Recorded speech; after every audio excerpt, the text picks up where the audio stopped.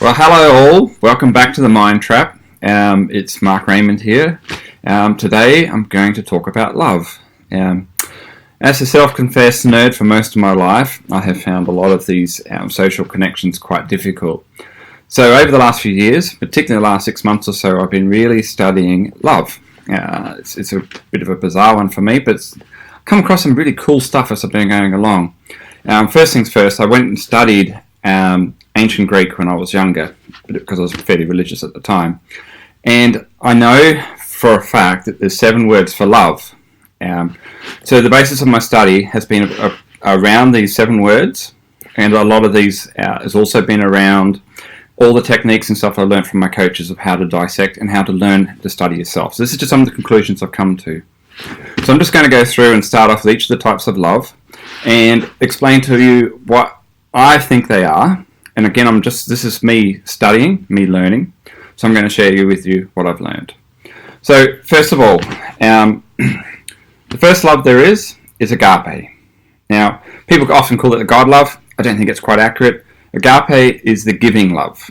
It's the love where you serve someone else. Basically, say you see someone that needs help, you go off and you help them. That's agape. That's selfless. It's giving of yourself to somebody else. You're seeing a need, you're going off your way. I think most people actually understand that one pretty well. The next one is called philia. Now, philia was a hard one for me to understand.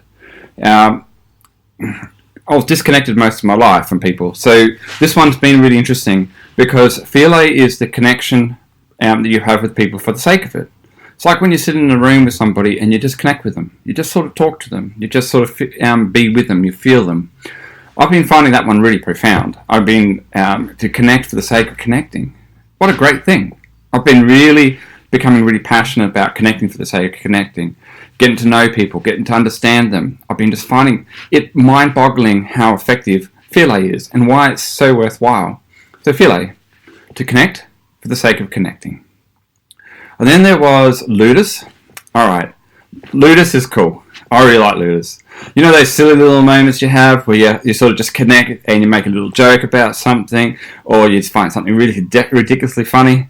That's ludus love. That's just the love that you have when you're being silly. You might be on the dance floor and just really connecting.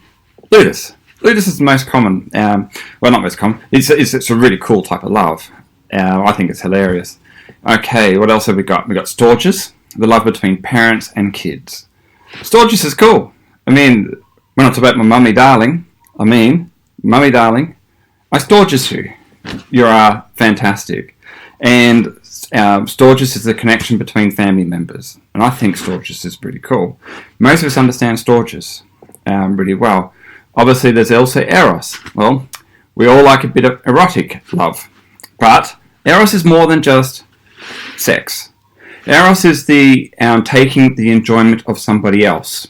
Okay, so it's in essence a taking love, but it's a taking wholeheartedly so that the other person gets to enjoy your pleasure at them.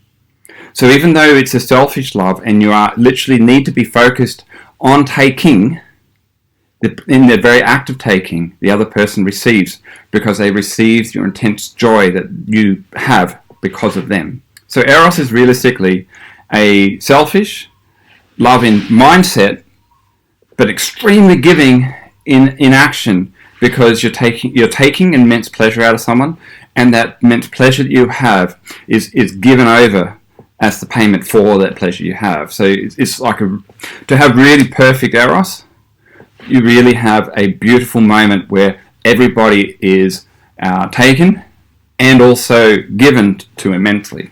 Beautiful when you get it right. Hard one to get right though, because it's sort of all these other forms of love try to get in there. And I think that's one of the problems with love, is that our English version of it is one word, whereas there's 7 words. Alright, what else is there? Pragma.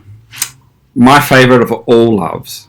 Pragma is the most incredible love that you can possibly ever have, and it can only be happening between, well, I would normally say between man and wife, but I've seen so many of my gay friends having the same thing.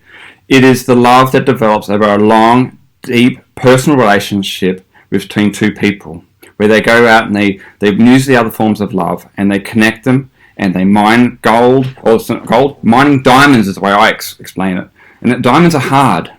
And you've got to work at those diamonds even once you mine them to make them shiny and polished and facets of gold.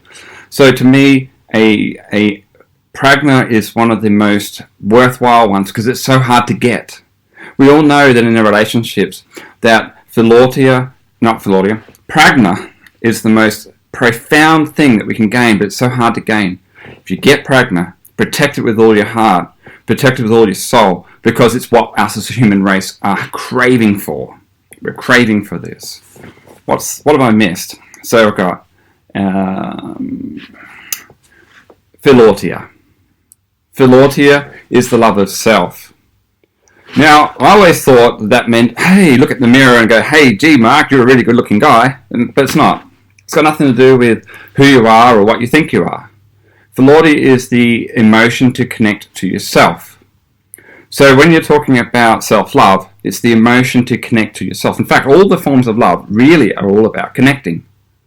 But connecting to yourself is hard.